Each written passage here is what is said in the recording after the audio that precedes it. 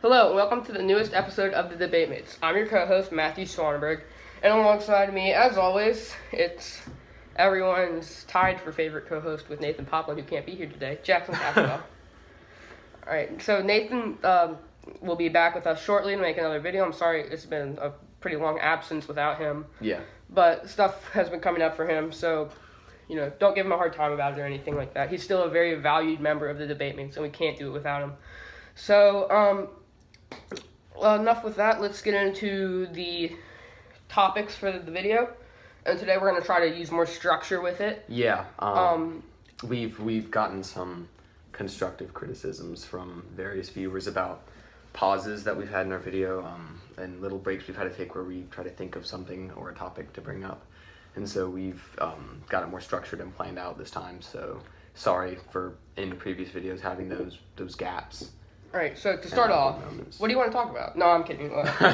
So, our first topic today will be the All-Star Game is quickly approaching, and as you know, we talked about starters last episode. Mm-hmm. So let's focus on the other main events, the most entertaining of them all. Three-point shootout. And the dunk contest. Of course. Yeah. So, we have here a list of the players we'd like to, our must-invites to the dunk contest and three-point shootout. 4 for the dunk contest, 8 for the shootout. Mm-hmm. Jack, if you'd like to start with your dunk contest list. All right. Well, my list for the dunk contest, personally, if I haven't stated this previously in a video, I'm an Orlando Magic fan, tragically. So for the dunk contest, I, of course, put Aaron Gordon, oh my gosh, who was totally robbed a few years ago in the dunk contest. Zach LaVine, who I'd like to see a rematch between them two. Miles Bridges, who's been crazy this year for the Hornets. He wasn't someone who was really talked about a whole lot during the offseason, and here his dunking on everyone. And Victor Oladipo, who I believe was in it either last year or the year before. Last year and right now are good reminder that we can maybe spark up a debate. I also have Zach LaVine and Miles Bridges, who I think will be the headliners of the contest, no matter who else was in it. I have Derrick Jones Jr., who's a dunk contest veteran. Been in it once in a very disappointing dunk contest a couple years ago. The year before, Donovan Mitchell revitalized what was the slam dunk contest.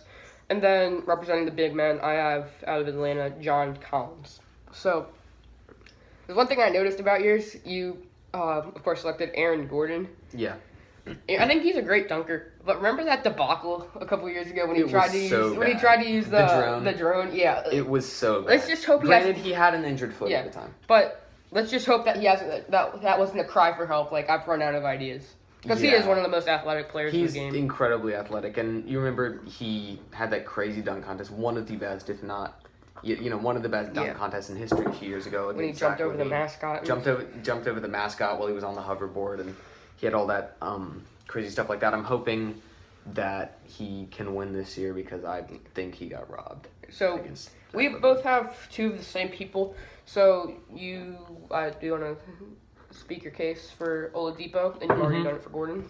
Victor Oladipo, for me, is just such an improved player, and he is a very underrated athlete. He's quick. He's a pretty good defender. That has a lot to do with the Yeah, I'm just saying he's got a lot of quickness and athleticism that's really undervalued, I think. And a lot of people don't, when people are talking about, who are the most athletic NBA players, you think like Westbrook and LeBron. I think that Oladipo is very underrated in that aspect. And yeah, he was in it last year. He did pretty well. I thought the whole Black Panther mask thing was kind of gimmicky, but I'm not going to get into that because that could be an easy way to lose subscribers. But I think that Oladipo's athleticism is very, very underrated, and I think he could bring a lot of interesting things to the dunk contest. Yeah, I agree. And one thing that I like about yours, even more so than mine, is you have a lot of veterans in it. And a lot of years, like the year I talked about a couple minutes ago, the dunk contest before Donovan Mitchell, we had all of these young guys who never really been in a dunk contest before, and everyone looks at it like it's an easy thing. And I kind of looked at it like it was an easy thing for a really long time, but I kind of had my eyes open recently when Donovan Mitchell said there's a lot of preparation that has to go into this, so I can't do it this year, because obviously I think we'd both have him on our list if he were participating. But back to the original point, there's a lot of hard work that goes into it, so that's why I think it's important that we have veterans in it, because on mine, let's say Miles Bridges and John Collins aren't great, and they disappoint because it's their first year. You have that insurance of Zach LaVine, who's going to probably bring the house down, and then obviously Derrick Jones Jr., who had a marginally good performance a couple years ago, but still can jump out of the roof. And then with Bridges, as you mentioned, one of the most athletic players in the game, crazy bounce, very exciting player. And then John Collins, I think he's very underrated, both skill set wise and athleticism, because he's on a very bad Atlanta Hawks team who we don't pay much attention to. And he just has crazy bounce ability, which I don't think is a word, but it's fun to say, bounce ability. So I think we should get him in the dunk contest for sure. So on to the next one, 3-point shootout, and if you'd like to start with that one, you can go ahead. All right, so for my 3-point shootout, this was kind of a hard one for me to think of because a lot of guys who are in it very frequently, I don't have in it. I put Steph Curry in there because I think he's been invited the past 2 years but declined, and he said that he would participate this year because it's in his hometown, Charlotte, which I think there would be that kind of like factor of, it being his hometown and always plays great in Charlotte. And Kemba Walker obviously plays for the Hornets. He's not an incredible 3-point shooter, but I think he's worthy of being in the contest. He's been in it before. And if he can't start the All-Star game, at least give him this. If he doesn't start the All-Star game, which he should, then he deserves this. CJ McCollum, who I would argue is a better shooter than Damian Lillard. CJ McCollum just got, for me, one of the most underrated shots in the league. Paul George, who the Thunder really need as a shooter. He's easily the best shooter on that squad.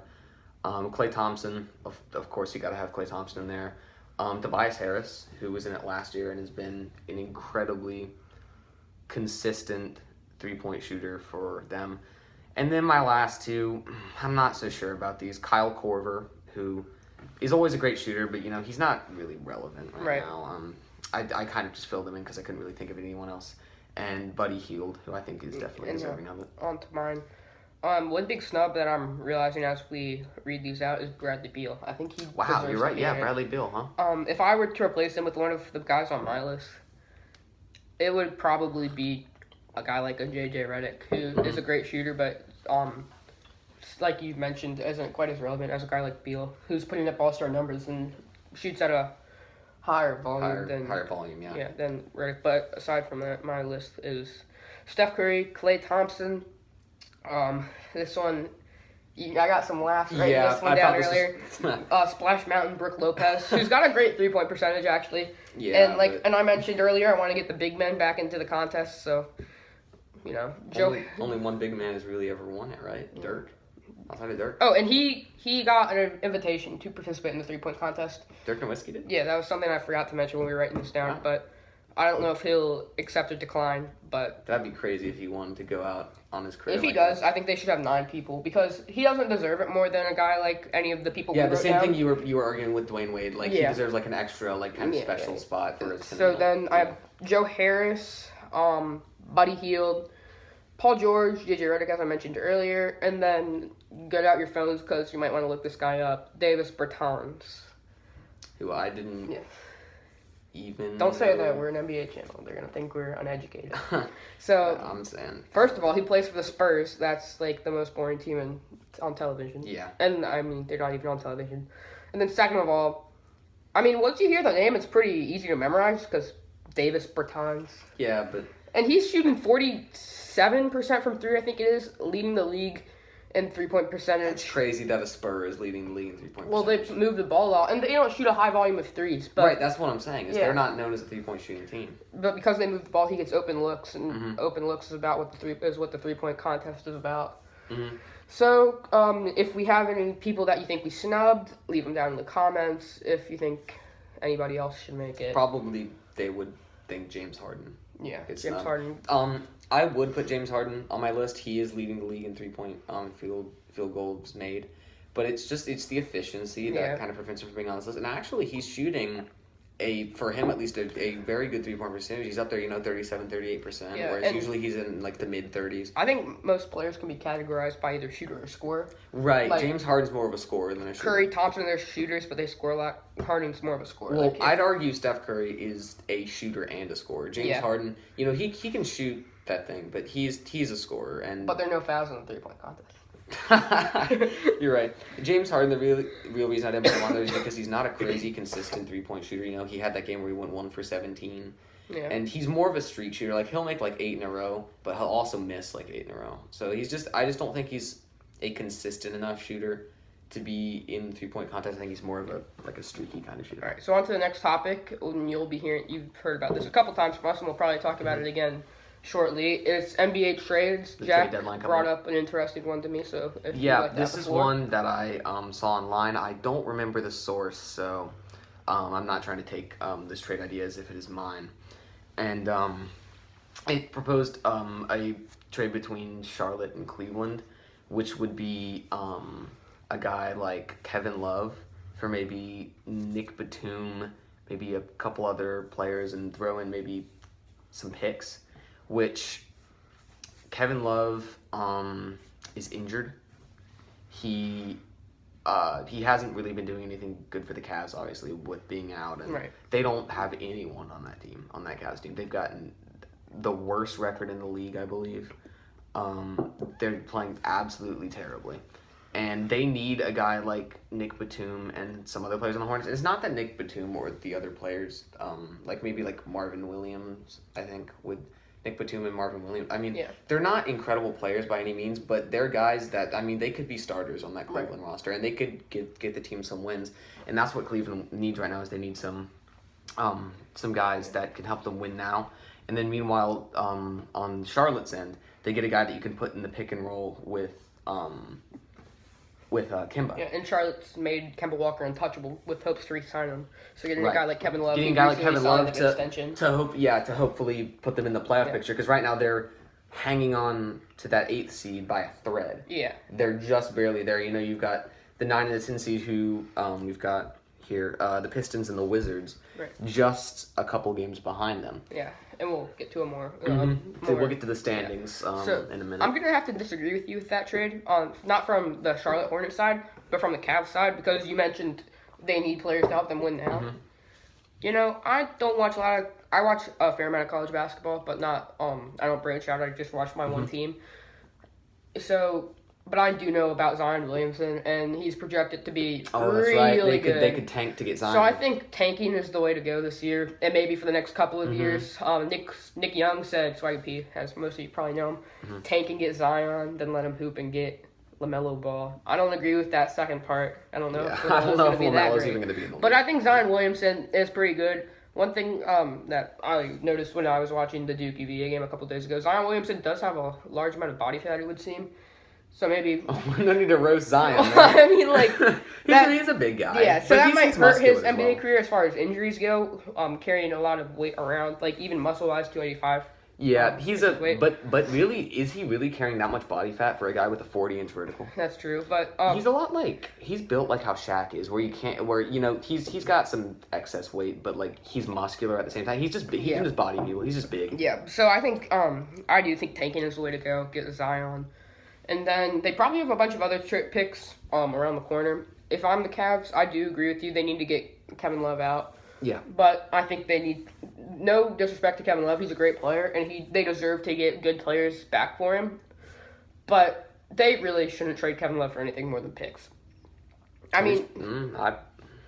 Well, that's true, because if they're going to tank and they're just playing for the future, then picks are the way to go. Well, I mean, they should get, a solid player at least, but... I think right now, if you're the Cavs, you're banging for picks and not really getting too crazy. Nick Batum and Marvin Williams aren't, super young guys. Yeah. I mean, Nick Batum is definitely not a super young guy. And, Marvin Williams. So he's not either. I mean, so, that's not really the way to go for a rebuilding team like the Cavs. All right. And one thing I want to throw out at you, just throwing darts against the wall, see if you agree with this or not. Mm-hmm. I'm just going to say one sentence, and then tell me if you agree. Okay. The Celtics should look to trade Kyrie Irving right now. I disagree. Okay. Now I'm going to tell you my reasoning. Okay. So, we have seen... Kyrie had that thing against the Magic where he was upset because he didn't get the last shot. And then he was in the locker room talking about the young guys can't do this, the young guys can't do that. And then he had this call with LeBron, which I kind of thought was more of an insult to the young guys, where he was like, I understand where LeBron was coming from when he said the young guys did this and that. Yeah. So I thought... So I was thinking maybe they should look to trade him because it seems like he's kind of toxic to the roster right now. Like, he's a great player. Like how Carmelo was. And he's going to be a great player for a very long time. And there's no chance, there's no promise that they re-sign him this summer. Like, everyone's acting, he said, if you want me, I'll sign him. But as Nathan always says, that means if you pay me the money, if you really want me, you'll pay me. Right. And so there's no promise they re-sign him, especially if things are going downhill in Boston behind the scenes. Now that I think about it, maybe I kind of agree with your statement, maybe. But one thing I'd like to point out is, I heard this on ESPN, there's some rule with Kyrie and Anthony Davis's contract where, or it might be if they trade Kyrie, they could get Anthony Davis, but they can't have Kyrie and AD on the roster at the same time at the end of the season. Something about rookie extension or something like that. Mm-hmm. Like, it's just impossible for a trade like that to happen. So, maybe if, I'd have to look at the logistics of it, but a Kyrie and something else for Anthony Davis trade could work. I'd say you'd have to pick up trade him for a point guard, though, because you can't really have Terry Rozier as a starting point guard, I don't think. He's pretty solid, though. But that's all I want to say about that trade. So, any other trades you want to talk about, or moving on? I think we can move on to the subject of injuries.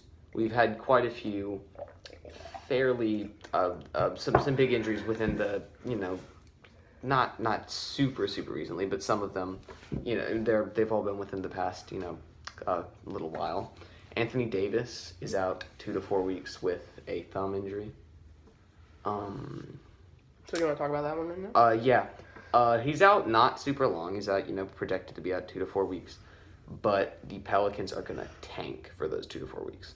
So I have a question for you. Do you think this will affect Anthony Davis getting voted into the All-Star game as a starter, or do you think he still deserves it? He still deserves it. I mean, it's just a minor injury. I mean, Steph Curry was out for a while this year. Yeah, but with Anthony Davis, there's a possibility he misses the All-Star game. Oh, that's true. Well, that really could swing his vote if he's not back by the time the All-Star game. But people have already put in so many votes for Anthony Davis that I still think he's going to get the starting role. Right. Our next injury, do you want to introduce it? Yeah, we have Clint Capella of the Houston Rockets out 4 to 6 weeks. And while we're on the subject of a Houston Rockets player, let's just take one moment to shout out the best Houston Rockets player currently. James Harden is putting on a show right now. I've never seen anything like it. I mean, it's like what Kobe used to do. When he would just drop 60 and do it again the next night. And it's easy to hate on him and say, well, he's only doing it with free throws. And he's got a crazy high usage rate. But I mean, and of course that's going to happen when you've got your other two best players out. You could argue Clint Capella and Chris Paul. But even still, I mean, I wouldn't see really any other NBA player doing this kind. I mean, even last year when you've had players like Russell Westbrook, who in the 2016-17 season, he had basically no one on that roster. It was him, Kevin Durant had left. Right. It was him and, Steven Adams, and that's about it. And he wasn't putting up these kind of numbers. Right. I do think Harden needs to, this might sound crazy because Harden is a high assist guy, but I do think he needs to work on getting his teammates involved. And I haven't watched much of the Houston Rockets since Harden's been going on this crazy stretch, but it seems to me that he's been doing a lot of standing, catching the ball, dribbling, and shooting, because he does not get assists on any of his buckets. Klay Thompson had 44 a couple nights ago. All of those points were assisted. Did it with like 8 dribbles, too. Yeah, and we see how efficient he is when he shoots with getting the ball. 10 of 11 and then, 3. One thing that the Rockets are doing is they're going to sign Kenneth Faried now that they've freed up the roster to spot. fill in that role for Clint Capella while he's out. Think I don't think Faried is going to revitalize his career. That used to be like the manimal. Yeah, the manimal jump out of the building athleticism. I think he could come back to being a player with that sort of upside with the Rockets, playing with a guy like Harden. I think he's the type of player like kind of how JaVale McGee was for the Warriors a couple years ago. He's got the athleticism, he's got the raw talent in that aspect. He's not gonna, wow anyone with his numbers or do anything insane, but he's a solid role player. He's gonna do his job. He's gonna get rebounds, block some shots. And that's really all they need him to do. Yeah. They've got their scoring. Well, really, obviously. They need a lot more than that. I mean, you're bad. Sorry, I'm going to go off track for a second here. You know you're bad when you're a guy like Carmelo Anthony and Marquise Chris, and you can't play on the Houston Rockets. Because they play like 7 guys every night. Yeah. So they do need someone to replace Capella for the time being. Speaking of teams that need a replacement, we're up to the Lakers, who have had a lot of injury woes recently. Lonzo is out 4 to 6 weeks. LeBron will be back soon. Rondo coming back soon as well. Do you think that these injuries hurt the Lakers' chances to make it into the playoffs? Yeah, I think so. It's about, the All-Star break is roughly midway through the year. We're about halfway through the season, and this is where obviously all the 8, 9, and 10 seed, they're all very close, are all fighting for that playoff seed at the end. But I think you could even argue that midway through the season is when your record is most important. The start to the season, whether you have a very hot start or a very cold start, you can make up for that. But by about midway through the season, this is when it's gonna take if you have a very bad record, you will probably not finish with a great record. And if you have a great record, you will probably not finish with a bad record, even if you start playing very differently than you have the rest of the season, because it's already midway through the year. It's about to be the trade deadline. You never know what's going to happen with the rosters. You never know if a team's about to become drastically better or drastically worse. So I think, honestly, this is the time when you're setting up for obviously the end of the year, and at the end of the season is when you can determine like who's going to get what seed. But this is what's setting up for that. And yeah, I think for a team like the Lakers, who are holding on currently to the 9th seed in the West, just half a game behind the 8th seed Clippers, it's huge. They don't have LeBron right now. They don't have Lonzo. 2 of their most important players, LeBron obviously being their most important. And yeah, I think it hurts their chances a lot. Yeah, I agree with you there. So, using that as a great segue, let's get to Carmelo Anthony, and then we'll go to DeMarcus Cousins after that, and then finish it off with standings. NBA people are saying Melo has a great chance to sign with the Lakers, but the Lakers would need to free up a roster spot, which they don't seem like they want to do. Mm-hmm. So, let me ask you this. The names that have been thrown around are Melo's going to the Lakers, the Heat, or the Trailblazers, or, of course, another team that we just don't know about yet. So, out of these 3 teams, and then the hypothetical 26 or 27 other teams, or 26, not counting the Rockets, where do you think he should land? Or do you think he should play in China, like, if we're being real? I think playing overseas could actually be a good move for Carmelo Anthony's career. I mean, like, let's be real. He's had a rough time in the NBA over the past 2 seasons, but, like, in all honesty, that dude would dominate overseas. Like, I'm sorry, but if he played, like, in China or something, he'd be averaging, like, 140 points a game, man. No disrespect to China's team. But if I feel like, everyone's saying, oh, he has a home in LA, he's friends with LeBron, they'd be willing to sign him there. I feel like LeBron would trade him in, like, 2 weeks, in all honesty. Like, remember, LeBron, he brought over Dwayne Wade. They had Dwayne Wade over there. And look what happened with Dwayne Wade and the Cavs. Yeah. And they parted ways quickly. Like, Dwayne Wade was in and out of there. Yeah. Like the Flash. I see what you did there. And another team that's being thrown around is the Heat, who also are home to one of Melo's best friends, and Dwayne Wade. Dwayne Wade, yeah. I don't think he'd work with the Heat. I don't think he'd work with the Heat at all. I mean, because that's taking minutes away from a solid young player. And, gosh, the Heat have a legitimate chance to make it to the playoffs this year. Mm-hmm. They're the 7th seed. And in the East, the Wizards, they're on fire right now without Wall. But if they do trade Beal, then it's really going to be a 9-team race. And I don't know if you really count the Pistons in it. So I think their place in the playoffs is really locked right now. But if you are the Heat, you might want...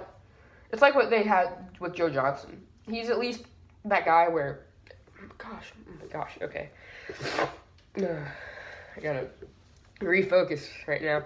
So he's like, if you want to win a game in the playoffs, because like I mentioned, the Heat are most likely to make it, Melo's a good guy, because he can still win you a quarter in a playoff game, or a half in a playoff game, or maybe even a whole game in the playoffs. He's got that talent. The question isn't whether Melo's talented enough to play for a team. We know he might not be a high-efficiency scorer, but he's a scorer. The question is if he can get along with his teammates at this point in his career. Mm-hmm. And if he can accept being on the bench. Yeah. And, I mean, with the Heat, he's definitely going to have to accept being on the bench because he's not playing over Josh Richardson, Dragic, Whiteside, Wayne Ellington, etc., etc. So, and then with the Blazers, I just think this is a horrible move for the Blazers. Yeah. They have great chemistry. They've basically had the same team for a very long time. They got young guys like Jake Layman, Zach Collins, Myers Leonard, who look like they could be decent one day. So I wouldn't want to stop their growth by implementing Carmelo Anthony. That being, and also Lillard and McCollum seem to have found their third guy in Yusuf Nurkic, who is not really a big name around the NBA. He's not. He reminds me a lot of Steven Adams in that he's very subtly a very solid center. I don't think he's as good as Steven Adams, right? But he's a double machine. Yeah, he's the same as Steven Adams in that regard that he'll get you a double like most nights. Yeah. Every night, he'll get you, maybe 15 points a game, 10 rebounds. Yeah. Which like those aren't crazy numbers. Like they're not gonna just like make you go wow, but I mean like. Yeah. They go wow. Wow. Yeah. But he's a solid guy. He's definitely their third best player. Yeah, and I think just bringing in Melo might mess it up. But they don't have a great small forward, which is Melo's position. Yeah, well, they have Evan Turner. Yeah. Evan Turner's okay. And the Trailblazers' assists have been up recently. I don't know if they had 30-plus last night, but the 2 games previous, they had 30-plus for the first time in over a decade. So, Melo, I could see him stopping the ball. Oh, yeah, because Melo's an ISO guy. Like, he's not a great passer, and he doesn't really score off of passes. But as I mentioned before, Melo still is the type of guy that can win you a playoff game, I think. Yeah, he is. So, if he's hot. I think a playoff team. Sometimes he's not. I think a playoff team should sign him. If I'm the Lakers, though, I'm not freeing up any space because who are they going to waive? Michael Beasley, even though he's a very different guy in the NBA, he's still a solid player and has looked good for them, as well as Lance Stevenson, Ivan Zubac. And those are really the guys that aren't really at the end of the bench, but the most likely you can see to get waived. Yeah. So, I just think messing up that chemistry would be very detrimental to not only the growth of the team, but the team right now. And Blazers, I think, are the best fit for him off the bench in some sort of... Blazers off the bench, yeah, or overseas. Dude, imagine if he played for OKC. That would be crazy. That'd be kind of crazy. I could... No, I'm joking, because they had Carmelo last year. Oh, yeah, wait, hold on. I just had a huge brain fart. I was thinking for a second, wait, why do I feel like he's played for OKC before? And I'm like, yeah, I'm sure Carmelo would like to forget that year as well. Yeah. What about a team like the Nets? For Carmelo? But the Nets are doing well right now. I don't know if they want to risk that. I think the Sixers could be a good fit for him. Sixers could be a decent fit. He wouldn't be a starter. Yeah. But, I mean, he would be able to mentor the young guys there and give them some. But he also wouldn't get the late game shots with Butler being the late game scorer. So it's really up in arms for who wants Carmelo Anthony. It seems to me that if a team really wanted him, he would have been signed by now because it's been a really long time since the Rockets announced. It's been a while since he's played a game. Yeah. So in the comments, will Carmelo Anthony ever find an NBA home? If so, what team will it be? So now we're going to move on to a player that just recently played, which is DeMarcus Cousins. Yeah. One of the most dominant big men currently in the NBA. What did you see from his debut, and is there any chance? Should we just turn off the NBA now? Do we know who's going to win it already? I hate to say this. I don't know if Cousins is going to re-sign with Golden State, but this is an almost guaranteed ring for Golden State for me. As if they weren't already going to win it. But, I mean, I always thought, and I think I mentioned this in a previous video, maybe episode 6, I think, that the problem that Golden State was having early in the season, because they're the top in the West right now, but I mean compared to how they played the past 3-4 years, it hasn't been an amazing season for them. They've already got 14 losses by the All-Star break, which would theoretically come out to close to 30 losses, which for them of course isn't an incredible record, but I thought the centerpiece was what they were missing, because when you look at their other centers, they've got Damian Jones is out. Right. Kevon Looney, Jordan Bell. These aren't exactly household names. They have a great point guard through power forward roster, with the exception of Draymond Green, because he hasn't been playing great this year. He's been playing better as of late, though. And I thought the problem with Golden State is they just didn't have a solid, experienced big man. And now that they've got arguably, at least prior to his injury, the best center in the NBA. I mean, he had a solid debut, 14 points in 15 minutes. I mean, imagine that playing, 30 minutes a game, what he could do for that team. And he also, when you think about it strategically, Cousins brings so much focus of Golden State into the paint, the other team trying to control them in the paint, that it can get a lot of open shots for guys in the perimeter, Clay and Steph. Right. And, yeah, I mean, the roster is just so dominant by now. They've got a roster that has 5 guys who have all been All-Stars in their starting rotation. Then they've got not the strongest bench, but just that starting 5 alone will absolutely dominate. I think this puts Golden State's odds of winning a championship substantially ahead of where it was at. I agree with you there. So, on to our last topic, which is the standings in both the Eastern and Western Conference. One thing that I want to say real quick, I'm going to point out something. So, the Celtics, we talked about them earlier. They're a 5 seed right now. I think it's very important that they get home court advantage. Being the 5 seed, I mean... They play the Sixers in the first round, theoretically, if the playoffs were to start today. And I honestly think the Celtics would have an upper hand on this. I think the Celtics could take the Sixers in the playoff series. They did it last year. Right. Granted, the Sixers this year have Jimmy Butler. Oh, but with Jimmy, I don't know if the Celtics... The Celtics took him down on Christmas Day with Jimmy Butler. Yeah, that's right. But Jimmy Butler's such a durable guy. You think he's not going to slow down in that series? I think that could be a very interesting series. I think that could be a 6 or 7 game series for sure. I think the Celtics really need to focus on the second half of the season of moving up in the playoffs because they should be much higher than a 5th seed with the talent they have in that roster. Because you don't want to be playing the Raptors in the second round of the playoffs. That's not a good matchup for any team, really. Just having because even if they do win, you're really looking at 2 7-game series in a row. 6-7 with the Sixers and the Raptors. And if they get up to 4, it'd be the same story playing the Raptors. Pacers and Bucks, I think, are definitely winnable series. That's a weird word. For a team with as much talent as the Celtics. So I think it's vital that they get... they should be they should have such a better rank than they do. Yeah.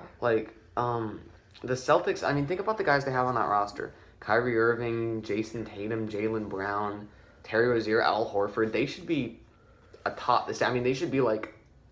They should be a top 3 seed. Yeah. At the very least. Right. They should be doing better than the Bucks. I agree.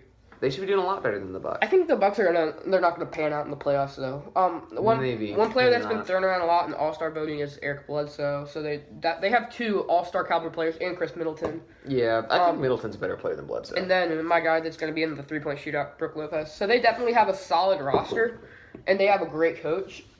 But when it comes down to coaching, even though Brad Stevens has not really shown it as much this year, I think he's kind of shown his coaching weaknesses. I think when it comes down to a 7-game series, coach versus coach, the Celtics will most likely have the upper hand on basically every team. And talent-wise, I think the Celtics are definitely more talented. Brad Stevens is a coaching wizard. He can definitely think of some defensive scheme to at least slow down the Greek Freak and Giannis Antetokounmpo. So, unless there's anything else you'd like to add to the East, we can move on to the West. One thing I'm kind of surprised to see in the East is the Nets at the 6th seed. Yes. Because the Nets, over the past, several years, have always been thought of as, your kind of very bad NBA team. They've always been, near the bottom in the standings. And here they are as, not just in the playoffs, but as a 6th seed, which is a decent I'm shocked that they have rebuilt so much faster than the Knicks. And they don't have a ton of, crazy good guys on that roster. No disrespect to the Nets, but... I mean, their best player is Spencer Dinwiddie. It's D'Angelo Russell right now. D'Angelo Russell. He deserves an All-Star spot, I think. Yeah, you could argue that. D'Angelo Russell, Spencer Dinwiddie. They don't have a ton of amazing players on that roster. And here they are outplaying teams like the Wizards, who they're 4 places ahead of, outplaying the Hornets even with Kemba's play this year. I think it's crazy that they're doing as well as they are. Yeah. Must feel good for Brooklyn fans. And I'm really surprised at the Pacers, how well they're doing. The Pacers at the 3. I think I projected them to be the 3 seed in the episode, our first ever episode of the Debate Mates. Oh, I wasn't there. But I also said I thought the Jazz would be the 2 seed in the West, so I've been wrong before. But with the Pacers, I'm just really excited for them to be doing so well because Victor Oladipo, I think, doesn't get enough recognition. Yeah. Because he's not putting up crazy stats this year. I think a lot of people expected him to come in and score like 25, 26 points a game, and he's only putting up 19 a game, which is pretty good. Solid. But that's still it's not the numbers we were thinking Oladipo was going to put up. But he's got such a great ensemble around him. Domantas Sabonis, I think, is one of the most underrated players in the league. Should win 6th Man of the Year this year. Thaddeus Young has been pretty good for them. Miles Turner, yep. Darren Collison, Tyreek Evans, just a bunch of guys that you don't really talk about, but still can get it done. They have a big impact on the team for sure. All right, so we're getting into the late minutes, so let's get on to the West. Okay. I think the Rockets need to watch their back. What do you mean? Like, I think the Rockets, I think there's a chance they fall out of the playoff picture. Really? The Jazz are on fire right now. I think there's a chance they could get all the way up to the 3 seed, with how they're playing. Donovan Mitchell is going out of his mind right now. I see Golden State and Denver definitely keeping the 1 and 2 seed. But I could see OKC sliding down. Same with the Blazers, Rockets. I could see the Rockets actually slipping. James Harden's streak has been amazing, but he can only keep it up for so long. And if Chris Paul doesn't get back soon, then and James Harden stops. James Harden he has to take 30 shots a night. He has to put up 40, 50, 60 a night and if to get them a win. And if he can do that for the rest of the regular season, that's very entertaining and great. But it's not going to last throughout the playoffs. The playoffs, it's just too tiring. Yeah. The competition is too high. I think the Jazz ceiling, 3 seed, floor 4 seed, honestly, for the season. I think it's very important that they get home court advantage, and they're playing like a team that should get home court advantage going into the playoffs. So I'm going to ask you something. There are 8 teams in the playoffs, 10 teams in the West that really deserve to make it. If you had to substitute the Lakers and the Kings in, who I think, at least on my side, are 2 teams I really want to see in the playoffs, who would you sub them in for? The Clippers, definitely. Okay. I would sub in one of them for the Clippers, and I think I'd put in another for the Spurs. Oh, no one wants the Spurs to miss the playoffs. I know, but no one wants to watch the Spurs in the playoffs either. Because let's face it, no disrespect to the Spurs, but they're not... Let's just put it bluntly. They're a boring team to watch. Hey, Spurs OKC would be the matchup right now. So theoretically, we're going to get at least 7 games, or at most 7 games that go to double overtime, and LaMarcus Aldridge scores 56 points. That's just the way I'm thinking about it. The Spurs, they're such a grinded out, post up, mid range, jump shot type of team that they're just not super entertaining to watch. And the Spurs, let's face it, they haven't been all that relevant since Kawhi. So, and with Tony Parker gone and with Manu gone, they've got all those veterans out of there, and it's pretty much LaMarcus Aldridge and a bunch of role players at this point. All right, so to close it out, I'm just going to ask you a question, then I'll answer the same thing when you're done. Give me 1 team from each conference that you think is going to drop, and then give me 1 team from each conference you think is going to rise. Clippers drop, Lakers rise, depending on when LeBron and Lonzo get back. If they get back soon, I mean. And in the East, I'd say I could see the Hornets dropping, and I could see if the Wizards keep playing great without Wall, I could see them rising into the playoff picture. All right, on my side, I'm going to say I see the Jazz climbing and the Rockets falling, and then I see the Celtics rising and the Bucks taking a bit of a dip, but also the Hornets. But I had to kind of choose a team for the Celtics to substitute. Yeah. So that'll be wrapped for the video. I hope you all enjoyed. We'll hopefully be making another one this weekend, so be excited. Yeah. Hopefully more debate videos will be coming out every week and more than once a week. So just keep an eye out for that. Hit the bell if you're subscribed, and if you're not subscribed, subscribe and hit the bell so you know when our videos are coming out. Like I said, comment, and I said like, and then I said. So just to clarify. So comment. Like I said earlier, tell us players that should make the All-Star game and the 3-point shootout, trades, injury. Don't tell us who's going to get injured. Who should sign Melo, et cetera, et cetera, et cetera. And if you have any ideas for future things we should do. Future games, future anything. So that'll be it for today. I hope you all enjoyed. And remember to keep watching the debate mates. We'll see you in the next video. Yep.